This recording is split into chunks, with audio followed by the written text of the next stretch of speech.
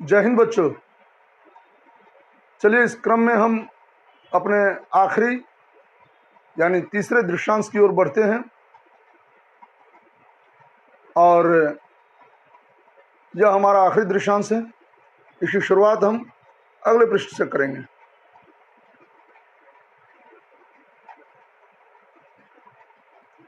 दायरे में सिमटी औरत इतिहास लिख रही होती है, जिसकी स्याही उसके आंसुओं से बनती है और दिल का सूना सपाट हिस्सा कागज।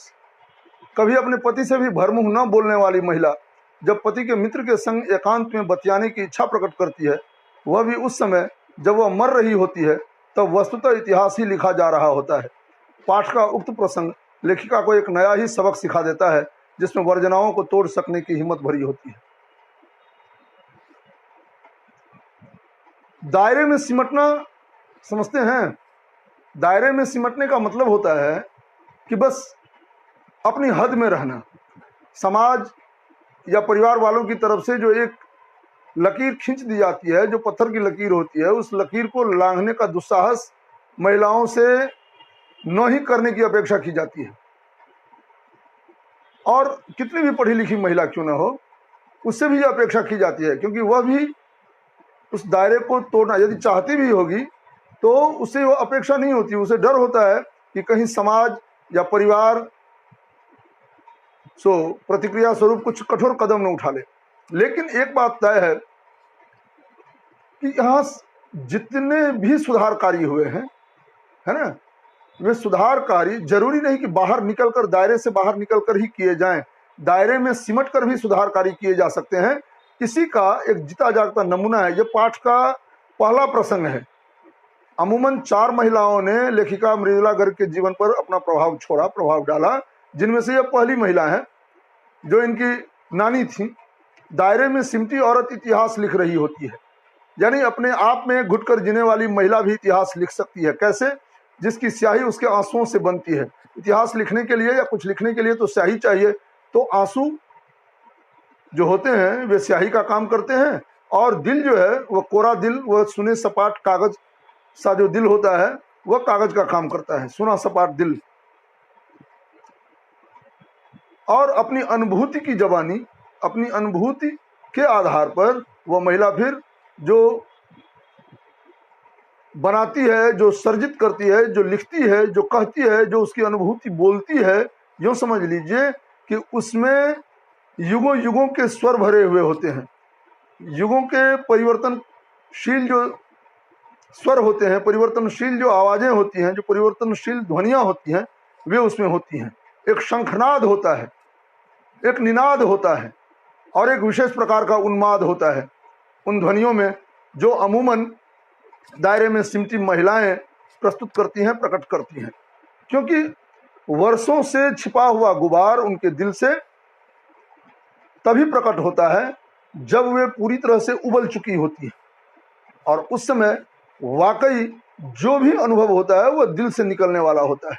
कभी अपने पति से भी भरमुंह न बोलने वाली महिला जब पति के मित्र के संग एकांत में बतियाने की इच्छा प्रकट करती है, वह भी उस समय जब वह मर रही होती है, तो वस्तुतः इतिहास ही लिखा जा रहा होता है।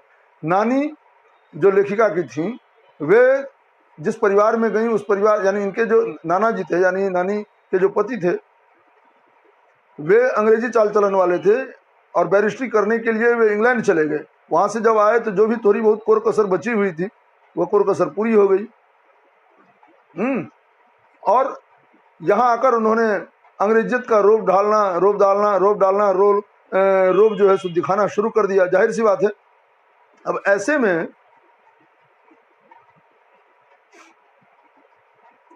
नानी जो इनकी थी, उन्होंने कभी उनकी अंग्रेजियत का पक्ष नहीं लिया, कभी भी उनके नक्शे कदम पर वे नहीं चली, भरमुंह बतियाती नहीं थी। ठीक है, पत्नी धर्म निभाती थी, लेकिन कभी भी उनके जैसा बनने का प्रयास नहीं करती थी, और उनके पति भी उन पर दबाव नहीं डालते थे, यह सत्य है।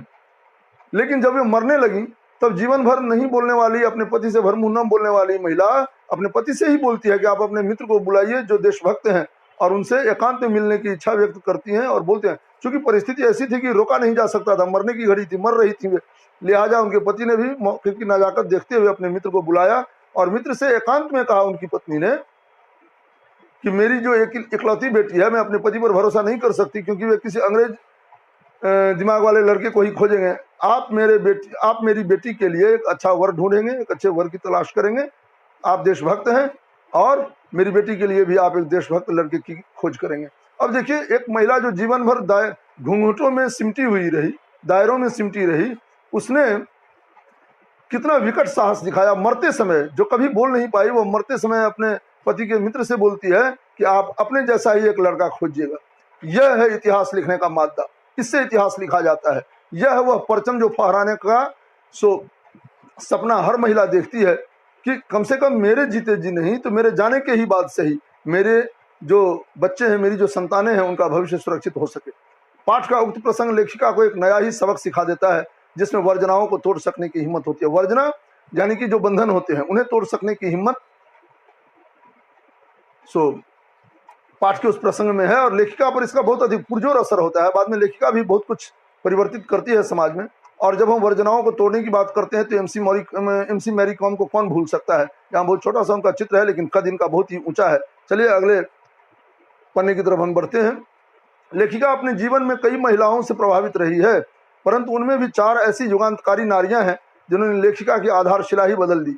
फलतः किसी भी समस्या से अकेले ही भिड़ जाने का दमखम इस प्रकार पैदा हुआ कि स्वयं भी कई स्वर्णिम पन्ने जोड़ दिए लेखिका ने। एकदम सही है। 4 महिलाएं, जिनमें एक नानी, एक दादी, एक शिक्षिका और एक इनकी छोटी बहन, इन चारों से ये बहुत प्रभावित रही हैं। इन चारों ने युगांतकारी कार्य किए और उस कमसिन उम्र में भी इन पर उन चारों का बेहद असर पड़ा। बाद में ज्यों ज्यों ये बढ़ती गई, इनकी उम्र होती गई, त्यों त्यों इन्होंने अपनी उस अनुभूति को, अपने उन आधार स्तंभों को एकदम ठोक बजा कर देखा तो पाया कि नहीं, हर युग, हर क्षण और हर घड़ी में वे जो चारों महिलाएं हैं उनका पुरजोर असर मुझ पर हुआ है, मेरे व्यक्तित्व पर हुआ है। कोई छोटा हो बड़ा हो इससे फर्क नहीं पड़ता, लेकिन आपका कृतित्व, आपका व्यक्तित्व ही दूसरों पर अपना रोब दिखाता है, दूसरों पर अपनी छाप छोड़ता है। और यदि वह सकारात्मक हो तो फिर निसंदेह समाज का वह ढांचा, वह ढर्रा, वह मुखरा, वह चेहरा सब कुछ बदल कर रख देता है। जी, समाज का दोहरा चरित्र सदा से संदेहास्पद रहा है। किसी भी स्थिति में ऐसा कोई समाज कभी उन्नति नहीं कर सकता। पितृसत्तात्मक व्यवस्था ने समाज का मानकीकरण बिगाड़ कर रख दिया है। ऐसे में कोई नारी जब सदियों पुरानी सामंती परंपरा को चुनौती देती है तब तथाकथित ठेकेदारों की चूलें हिल जाती हैं और वे किसी भी प्रकार पनप चुकी अमर बेल को नष्ट करने पर तुल जाते हैं। हालांकि जीत नारी शक्ति की ही होती है। बच्चों, समाज का दोहरा चरित्र सदा से संदेहास्पद रहा है। क्षमा कीजिए, हाँ, समाज का दोहरा चरित्र सदा से ही संदेहास्पद रहा है। दोहरा चरित्र क्या है? समाज का दोहरा चरित्र, ये जो समाज है आपका, दोहरा चरित्र 2 प्रकारों के मुख, 2 प्रकारों के चेहरे। पहला चेहरा सामने से कुछ और, अंदर कुछ और, हाथी के दांत खाने के और, दिखाने के और। इससे पहले वाले पाठ में भी मैं ये कह चुका हूं, आप जानते होंगे। तो यहां यह संदेह उत्पन्न करता है।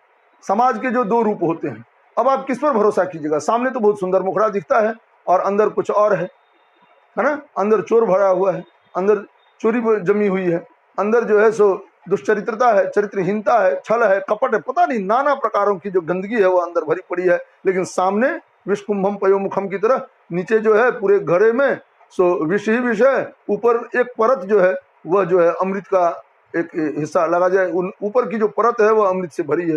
एक परत अमृत की है ऊपर वाली, बाकी सारी परतें जो है सो विष से बुझी हुई है, विष से भरी हुई है। किसी भी स्थिति में ऐसा कोई समाज कभी उन्नति नहीं कर सकता। पितृसत्तात्मक व्यवस्था ने समाज का मानकीकरण बिगाड़ कर रख दिया है। ऐसा कोई समाज जो दोहरे चरित्र अपनाता हो वो कभी उन्नति नहीं कर सकता। पितृसत्तात्मक, पिता की ही प्रधानता समाज में होना। मुझे याद है बचपन में सिखाया जाता था गांव, परिवार और समाज में कि देखो माँ का नाम मत बोलना, क्योंकि इससे जग हंसाई होती है। कोई पूछे माँ का नाम क्या है तो मत बोलना। बताइए कितनी हंसी आती है। क्यों? माँ का नाम बोलने में क्या बुराई है? लेकिन एक परंपरा चली आ रही थी, है ना। लोगों को लगता था कि नहीं, महिला का नाम क्यों बोला जाए, क्यों कहा जाए। यह और कुछ नहीं है, यह पितृसत्तात्मकता का प्रतीक है। मैं सिर्फ अपने समाज की बात नहीं, मैं भी तो उसी समाज का हिस्सा हूं जिसमें आप हैं, रहते हैं और आप सब रहते हैं, आप सब हैं। सारा देश एक ही समाज है ना। राज्य बदल जाते हैं, कुछ भी बदल जाता है, मनोवृत्ति नहीं बदलती। तो किसी भी राज्य में, किसी भी गांव में, किसी भी पंचायत में आप जाइए तो यही पहले व्यवस्था थी। अब इसको चुनौती दी गई है और इसकी परतों को उधेर उधेर कर निकालने का प्रयास किया जा रहा है। बहरहाल ऐसे में कोई नारी जब सदियों पुरानी सामंती परंपरा को चुनौती देती है, तब तथाकथित ठेकेदारों की चूलें हिल जाती हैं। सदियों से अपने पैरों के नीचे दबाकर कुचलकर रहने जिन महिलाओं को रखा जाता था, वही महिलाएं जब आवाज उठाती हैं, वही महिलाएं जब पुरजोर विरोध करती हैं, पूरी ताकत से विरोध करती हैं, तो जो तथाकथित ठेकेदार हैं उन्हें बहुत खलता है, क्योंकि जीवन भर उन्हें कभी ऐसा अनुभव मिला नहीं, लिहाजा उन्हें बहुत दिक्कतों का सामना करना पड़ता है। उन्हें लगता है कि कोई सामने आकर मेरी चुनौती को ललकारने वाला, चुनौती को चुनौती देने वाला कौन पैदा हो गया। जो कल तक पैरों के नीचे दबे हुए रहते थे, उनमें इतनी हिम्मत कहाँ से आ गई? वे लोग कहाँ से आ गए इतनी हिम्मत वाले, इतने हिम्मतवर कैसे हो गए? और वे किसी भी प्रकार पनप चुकी अमर बेल को नष्ट करने पर तुल जाते हैं, और फिर जो आवाज मुखर होती है उसे दबाने का प्रयास किया जाता है। ये परंपरा हमेशा से चलती आई है।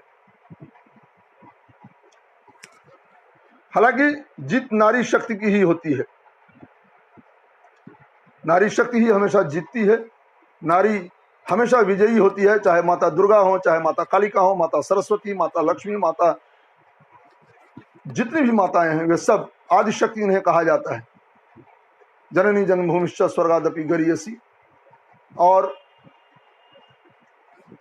माँ सबसे महान शब्द होता है, सबसे महान शब्द है। इसमें जो गरिमा, इसमें जो कर्तव्य बोध और इसमें जो एक उत्तरदायित्व छिपा हुआ है, इसकी जो गंभीरता है, वह शब्दों के लिहाज से मुझे नहीं लगता कि इतना सुलभ हो, इतना सहज हो कि उसे व्यक्त किया जा सके। इसलिए मैं समस्त मातृशक्ति को प्रणाम करते हुए इस दृश्यांश का समापन करता हूँ। आप लोग घर में रहें, सुखी रहें और आनंदित रहें। जय हिंद, जय हिंदी।